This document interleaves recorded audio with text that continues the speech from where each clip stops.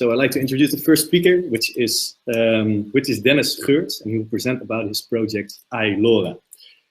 Very short about Dennis. He's a software architect at Luminous, based in Arnhem, and he's also the initiator of the Arnhem community of the Things Network. So I hand over the word to you, Dennis. Okay. All the best. Okay, thank you, Lawrence, for inviting me to talk about LoRa. It's a proof of concept that measures air quality. I'll first start with introducing myself. Are you seeing this? Yeah. Okay. My name is Dennis Geurts.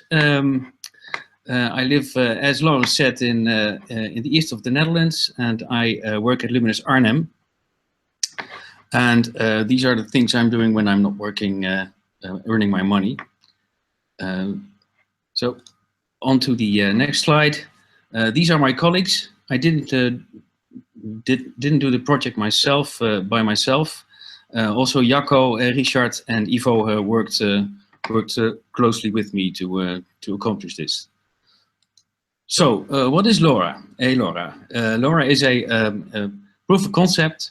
We wanted to do an end-to-end project using LoRaWAN, and in the Netherlands, there's on the 1st of October, there's an annual technology day, and we wanted to showcase a LoRa technology on that day, which we did. So that's why we wanted to do an air quality sensor experiment, and for that we used a dust sensor. It's a sharp dust sensor.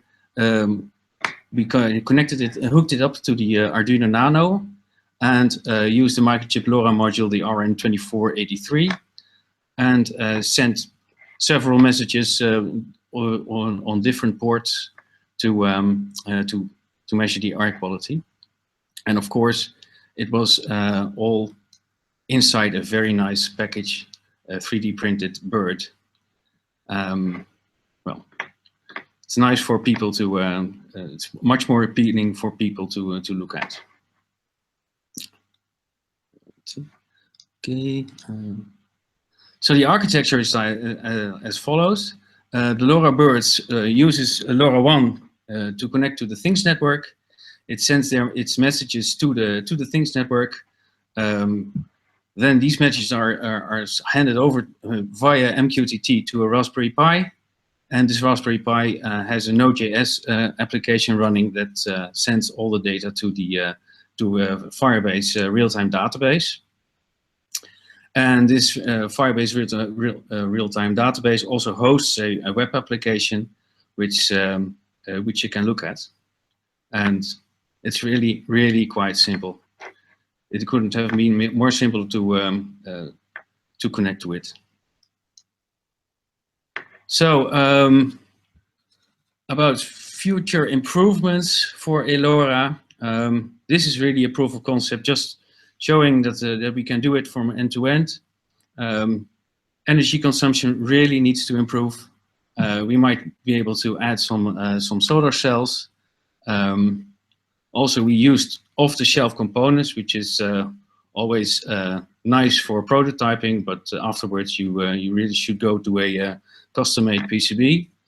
And we really found out that air quality measurement is really, really difficult. It's not easy. So don't expect to that this proof of concept has been working all along. Furthermore, we want to do more birds, more data beasts. A colleague of mine, Ivo, he has also created Tamagotchi, which is a beast that monitors the humidity of your plants, and you better watch for your plants, because otherwise he will Twitter to your mother that something has gone wrong. So I think that's it. If there are any questions, I can answer them right now.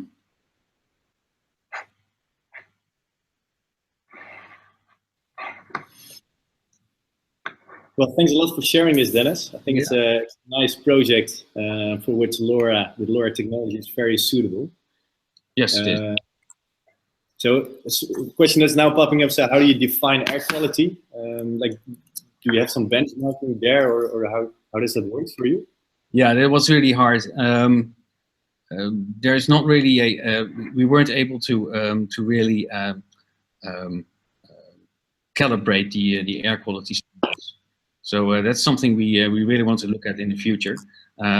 Also, I don't have an environment where I can really know that I have a particular amount of particle matters in the air concentration. So that's really hard. Yeah, can imagine. Yeah. So, is it open source, and where to find it? If it's not open source yet, but I can put it on GitHub. That's no problem. Nice. Yeah. Perfect. So another question here is, so how would you target the optimized energy consumption in the future? Yeah. Yeah. Well, for now we just plugged it into a power bank, which is not really optimal. I would like to add, for instance, a battery, remove the power regulator, stuff like that, and then really optimize energy consumption by killing the power in a different way. Right now, we just kill the power to the complete Arduino, but I think there are other ways to do that more optimal. Yeah. Thanks. Maybe a bit of another question. So what is your future vision of this project? Because I think, because you, as far as I know, you fetch it to a website where every person in their surroundings can like detect the air quality in their surroundings. Yes, that's true. Yeah. Well, what is your? Please continue. Yeah. Yeah. Well, we can also make an app. We have been starting to do that so that you can get notifications when the quality is bad in the vicinity of your where you are. Also, if you have more birds, then you can predict more well over a larger area of space what the air quality will be, and you can probably also use the raw data to extrapolate more easily what the air quality really was. Yeah. But as I said, I'm not an air quality expert at all, so this is a difficult field. Yeah, I can imagine. So I see another question popping in. So can you give an estimation about like what such a bird would cost now? Okay. Well, internal components are something like $30 to $40, and I don't know what the 3D printed bird costs. I think it's also about $30 because it's low volume, so it was 3D printed. So $60, $70, something like that. Nice.